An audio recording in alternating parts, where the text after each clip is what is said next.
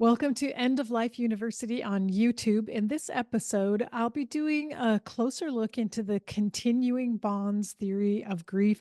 This is a follow up to my previous interview with Dina Stander about the phone of the wind. And I'm going to share some excerpts from previous interviews with Terri Daniel and Joe Primo, where we talk about continuing bonds, and also quotes from Gary Wederspahn and Danielle MacKinnon in previous interviews as well. So I think you'll find this informative. It's audio only, no video, but take a listen and see what you think. If you like this content, make sure you subscribe to this channel down below. Also, subscribe and leave a rating and review wherever you happen to listen to the podcast. And go to eoluniversity.com/support if you'd like to make a small financial contribution that will help keep this channel and the podcast on the air. So now here we go with my solo episode on continuing bonds.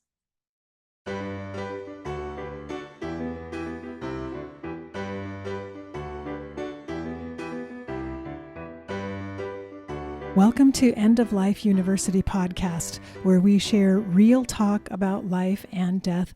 I'm your host, Dr. Karen Wyatt, and this is episode number 459. This is a bit of a special episode, as it is a follow-up from last week's interview with Dina Stander about the phone of the wind. We talked a bit in that interview about continuing bonds theory of grief, and I decided I wanted to take a closer look at that theory, especially for people who may not be familiar with it. So this episode will be just to look at continuing bonds and understand what that means, and also to hear some excerpts from previous guests I've interviewed who've talked about continuing bonds, and a few other quotes and some information from the internet that I looked up to share with you. So let's get into this topic. On the What's Your Grief website, Litza Williams wrote a blog about continuing bonds, shifting the grief paradigm. And I want to read to you exactly what she wrote about continuing bonds. Under this model, when your loved one dies, grief isn't about working through a linear process that ends with acceptance or a new life, where you have moved on or compartmentalized your loved one's memory. Rather, when a loved one dies, you slowly find ways to adjust and redefine your relationship with that person, allowing for a continued bond with that person that will endure in different ways and to varying degrees throughout your life. This relationship is not unhealthy, nor does it mean you are not grieving in a normal way. Instead, the continuing bonds theory suggests that this is not only normal and healthy, but that an important part of grief is continuing ties to loved ones in this way. Rather than assuming detachment as a normal grief response, continuing bonds considers natural human attachment even in death. So continuing bonds theory came about as a direct response to some of the more linear models for grief and stages models that imply that you just keep moving from one stage to another and eventually the grief goes away. But I think continuing bonds underlie all of the process of grieving, and we retain our connection with the people we love, no matter how our grieving process goes up and down and in and out and all over the place. We are continually maintaining a relationship with the person who has died. It is just a different relationship now that manifests in different ways. And I'll share with you a quip from Terri Daniel, who I interviewed on the hidden grief of life's transitions. So let's take a listen to that now. Everybody's heard the term grief work, and few people know that that term was actually coined by Sigmund Freud. He wrote a paper in 1931 called Mourning and Melancholia, and he described his theory about how grief should be handled. And he said, you have to do this really hard work. You have to feel the pain, look at the pictures of the person who died, look at the old memories, and really go deep into it and really feel the pain, which was great. But the part that wasn't so great was, he said, the ultimate goal of this process, of this grief work, is to cut off your relationship with the person, to decrease the emotional attachment to decrease the emotionality involved when you think about the person, to just shut it down. And for the next 40 years, that was considered standard procedure for grief counseling. And that's where we got language like moving on, letting go, getting over it. That was the standard. And then in the late 60s, early 70s, new theorists and researchers started coming onto the scene, and they came up with a whole new thing, which is what we in our spiritual community embrace, which is, they call it continuing bonds. That instead of cutting off the bond, you find ways to continue it in a different form. And we learn a lot of this from other cultures.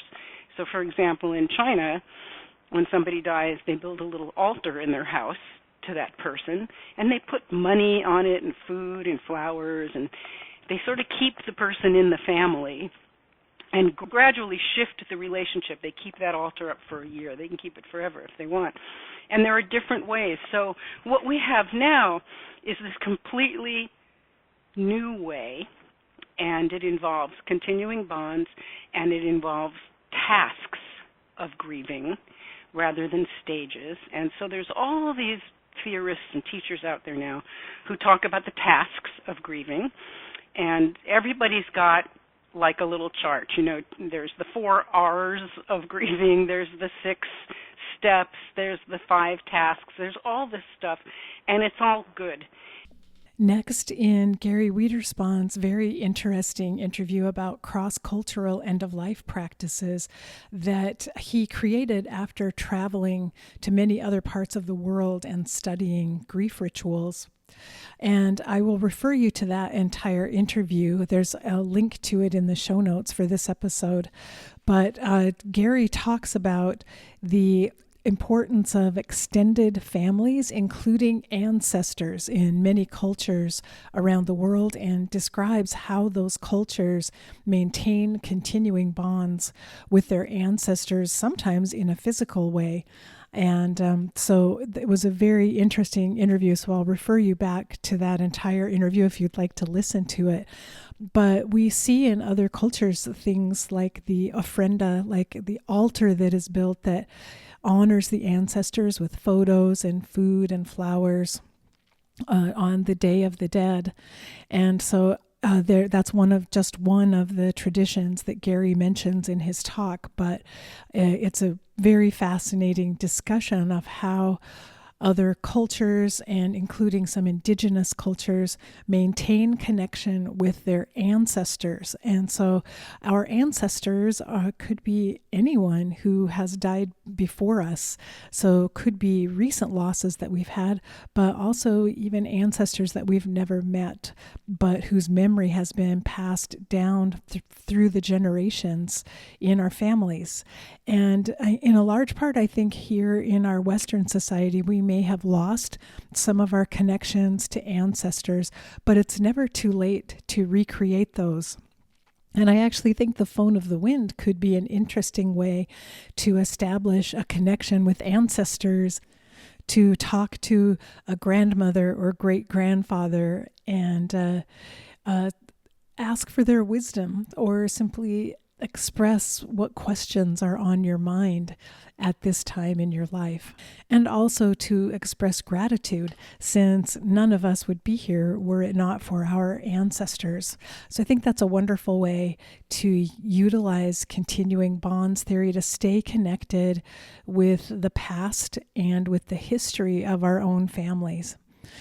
Next, I'm going to share with you a clip from Joe Primo where he talks about the importance for children of attending funerals, and I share a story about the impact on my own children of attending a funeral.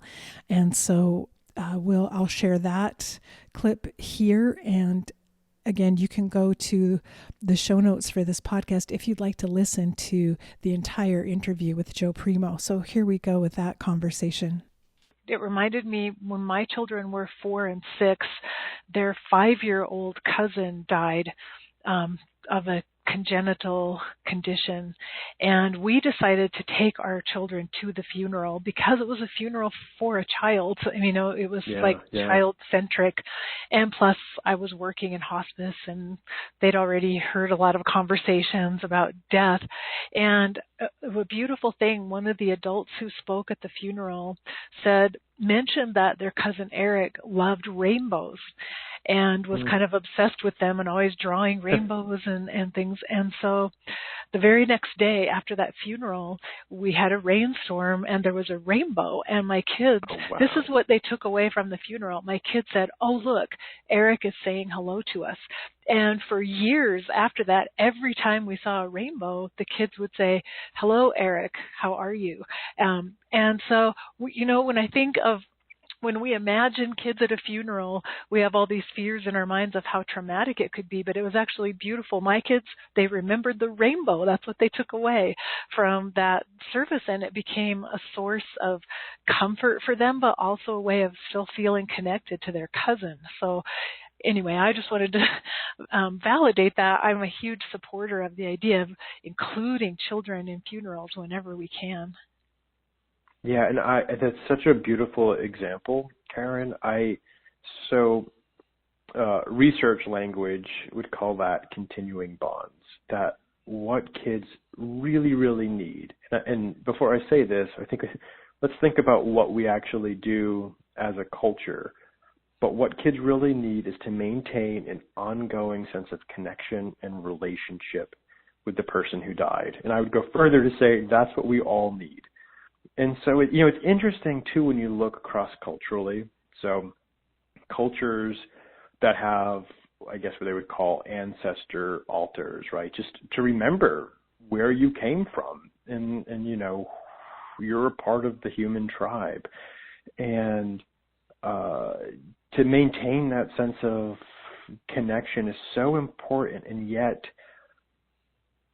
the pain of grief, the lack of language to talk about it, leads us so often to silence.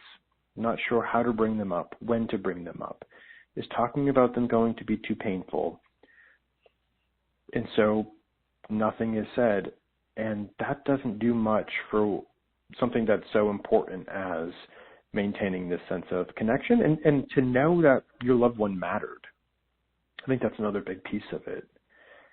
Next, I wanted to mention a conversation I had with Danielle MacKinnon, who is a pet psychic or animal companion psychic. And we had an amazing conversation where she talked about the soul contracts we have with our animal companions. And really what we're talking about in that discussion are the continuing bonds we share with our animal companions after they die. And Danielle stressed that animals have mastered unconditional love. They can send messages from the other side if we can make space in our grief, and can watch for those messages to come. And it was quite a beautiful conversation. And I've had a lot of people respond to it and say it really helped them with their grief after a beloved animal companion died, to be able to envision that animal be remaining on the other side of the veil, but remaining in touch with them, in contact with them. And the idea of continuing bonds with their animal companion is very powerful and has helped so many people with their grief. So I'm not sure the phone of the wind works here, but it might. You could pick up the phone and imagine that you're talking to your dog or your beloved cat. So I will share the link to the Danielle MacKinnon interview if you're interested in listening to it. And if this subject really excites you, you might enjoy listening to the whole thing and hearing all that Danielle talks about. So I just wanted to share those thoughts of hers from our interview.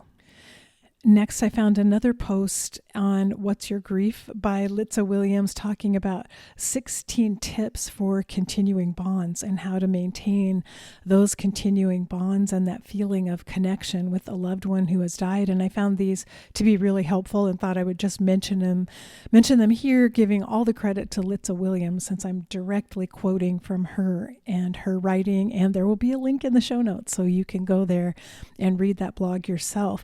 But her number one tip is talk to your loved ones who have died.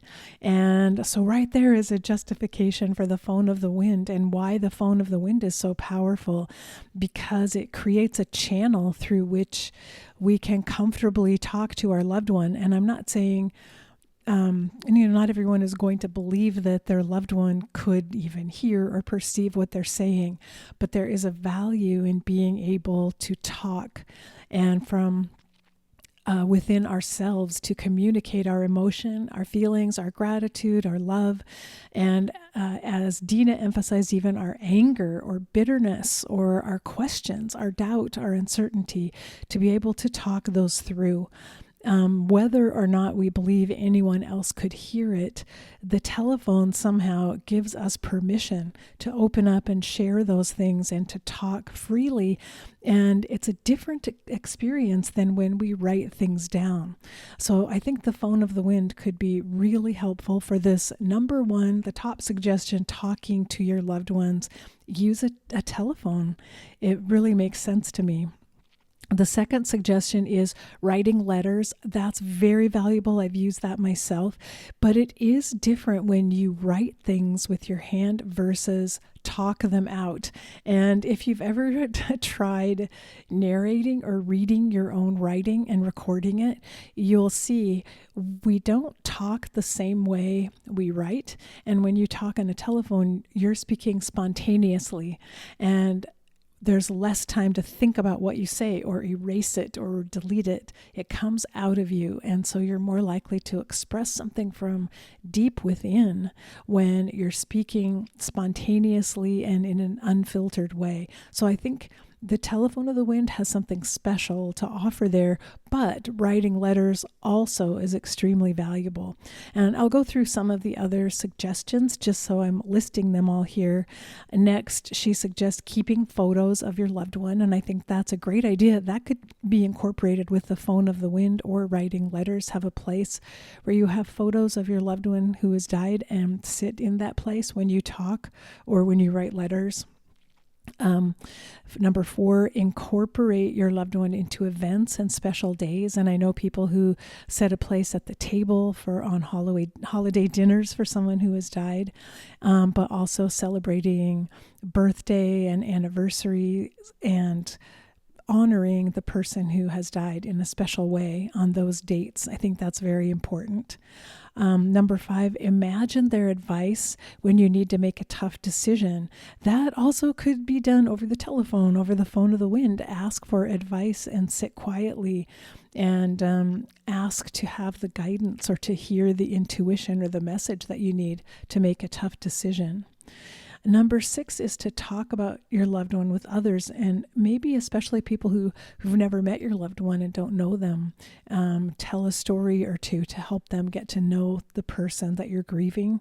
Number 7, live your life in a way they would be proud of. I think this is good, but I think there are also people who would react negatively to that idea because they may have, particularly if it's a parental figure, they may have had a negative experience in their lifetimes of feeling like they always had to live up to their parents' expectations. So this may actually trigger more negative feelings than positive feelings, but that could also be something good to talk about, discuss, or write about. Number 8 is finish a project your loved one was working on. And that's a really sweet idea. And I saw that happen with a hospice patient whose son finished making a hooked rug that she was making for a great grandchild and wasn't able to finish at the end of her life. And he finished it for her, and it was very sweet and beautiful. Number 9, take a trip your loved one always wanted to take. I think this could be bittersweet, but I talk about some of this in my writings on grief travel, that travel is definitely an excellent way of dealing with grief and confronting grief in a new environment. And I really love this idea, maybe taking a trip to a place that's special for your loved one, or as this suggestion is, a place they wanted to visit. And I think that is a really positive way to approach grief. Number 10, maintain the other person's Facebook page.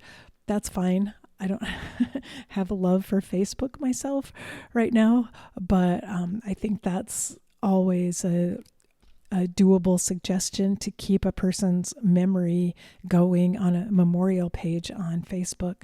The next suggestion, number 12, is to take a deer photograph, deer, D-E-A-R, and I had no idea what that was, so I had to look it up, and apparently there's this concept of choosing a photo from the past. So maybe I would choose a photograph of my mother when she was a girl standing in front of her childhood home. I would take that old, worn out, weathered photograph with me, go visit her childhood home, and hold up the photograph in the foreground while I'm taking a picture of the childhood home in the background. So it's a way of bringing the past into the present and linking them together. And I really like that idea. I think that's really lovely. I went through the website, Dear Photograph, and there are a number of examples of photographs that were taken. So this could be an interesting idea if you travel to a place that your loved one loved and bring along some photos of them in that place. You might be able to get the deer photograph, a present day photograph that includes your loved one standing in that very place. And so I think that's a really sweet idea. So you can look that up online, deer, D-E-A-R, deer photograph. Number 13 was to plan ahead for the anniversary date of your loved one's death. I think that's always really important. Sometimes we avoid thinking about it. We dread the date that is coming ahead. But if we allow ourselves to think about it and we can plan something for that date that might be special, I think that can be a really powerful way of facing our feelings of grief and holding them and being with them. And maybe we do a phone conversation on that day. Maybe we talk on the phone of the wind with our loved one on the anniversary date, and have a conversation with them about how the last year has been for us. Number 14 is to keep something that belonged to your loved one. I think many of us do that. I think it's just natural and spontaneous. I have jewelry from my mom. I have the wallet of my father's that he carried with him in his pocket during World War II that had photos of my mom in it. And he carried that wherever he went during World War II. And that is so powerful to me, that was sitting on his dresser after he died, and I was able to have it and make it my own. Number 15, enjoy comfort foods. I'm all in favor of this. And if you heard my interview in the past with Chase Cassine, he made a recipe book. It's actually far more than just a recipe book, but a book called The Sweetest Therapy, where he included recipes from his mother, all of which he has baked, and he now actually bakes them for all kinds of people, sells them and gives them away, these amazing recipes for desserts. And it really can be the sweetest therapy for grief. And I'll refer you back to that interview as well with Chase. It's really lovely. And his cookbook is also wonderful as well. And then number 16, the last suggestion, is to experience your loved one's presence. And that requires you to simply sit still and be in a place, but to be able to feel that your loved one is still with you. Maybe you envision them in your heart. Maybe you envision them surrounding you and their love surrounding you like a hug. But I think the phone of the wind is also really helpful for this, for experiencing the presence of your loved one as you're speaking with them over the phone. So I wanted to show you how the phone of the wind is very useful in all of these ideas for continuing bonds, how we create and maintain them during our grieving process. And so my thought is, if you have an old phone or you can find one at a thrift store or something, that you could utilize, you can just create your own phone of the wind in your own home or your backyard. But I would love to see these in our communities as part of a compassionate community endeavor to find a park or a place where we could install a phone of the wind and make a big deal out of it and let the whole community know, have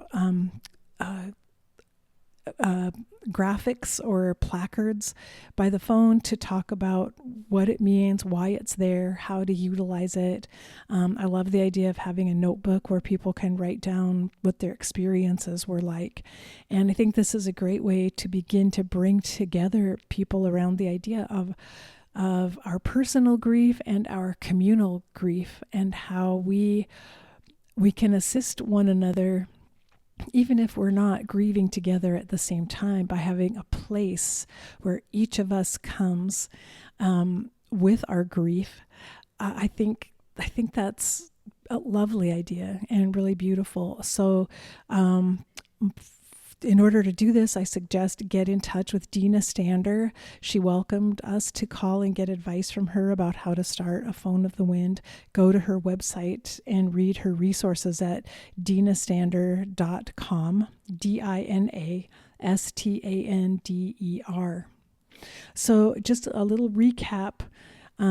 These are some thoughts by Eleanor Haley online about continuing bonds, and to just remind us, continuing bonds acknowledges that grief is ongoing. You don't get over it. It doesn't go away and stop. Number 2, it's normal to stay connected with your loved one. And in fact, that's the most beautiful way to experience our grief, is through this ongoing connection.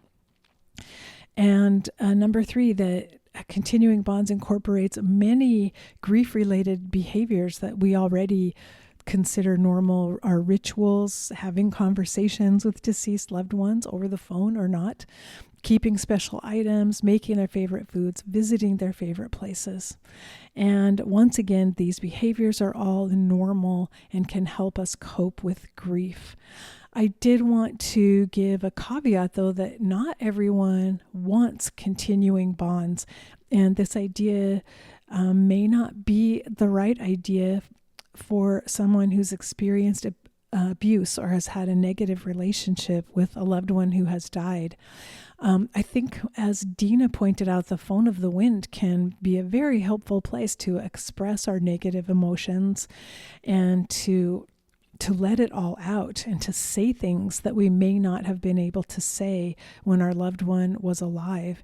I think it can be quite a catharsis, in a way, to utilize the telephone as a way of saying out loud the things that you had to hide all of your life and were not able to tell anyone. So I think, remember, continuing bonds are not the phone of the wind, can be really powerful for processing our grief, and whether our grief experiences are positive or negative. And so, of course, continuing bonds implies that we want to stay connected to our loved one.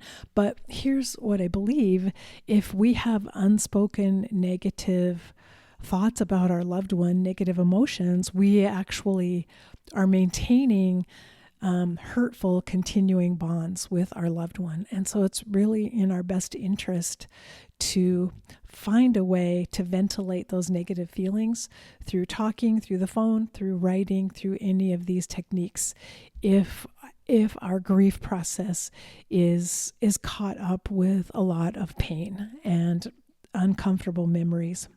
So I wanted to end by sharing with you a few quotes, and these came from the website mywindphone.com, which is a website you can go to locate a wind phone near you, and also to register a wind phone if you have one that's available for public use. You can post it on the website so others will be able to find it. And they have a place where people can leave their comments about the wind phone. And I just wanted to share 3 of these with you. First of all, from Donna L. This was life-changing. I lost my best friend a few years ago and nothing's been the same. I called her on the wind phone and I felt like someone threw me a lifeline. I told her everything I hadn't been able to say to anyone since she's been gone. More than anything, I realized that she's still with me and I can talk to her. Thank you for the space to embrace my grief. And so I'll emphasize this statement.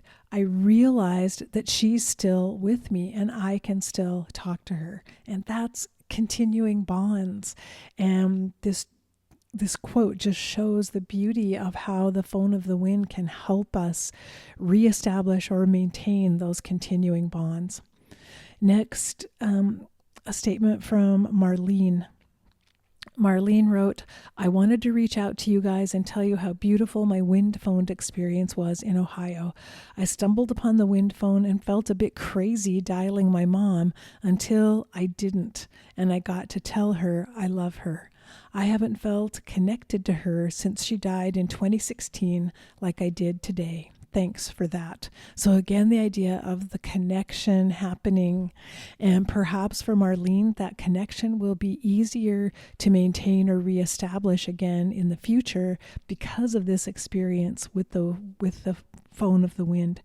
And finally, Paul writes, I think the wind phones that are showing up in the world are teaching us all that it's okay to grieve and that pain and loss are real. I've never gotten over or moved on from my mother's loss, and I know now that's okay.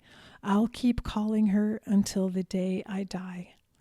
So, such sweet, lovely comments from people who found the phone of the wind helpful. And I just wanted to add this to my discussion with Dina, which was super powerful, and I loved it all, but I thought it would be a great opportunity to explain a little bit more about continuing bonds theory and let you hear some comments from previous guests as well. So thanks for joining me for this brief little closer look episode, and I'll be back next week with another interview for you. So until then, face your fear, be ready for whatever life brings your way, and just love each and every moment. Bye-bye.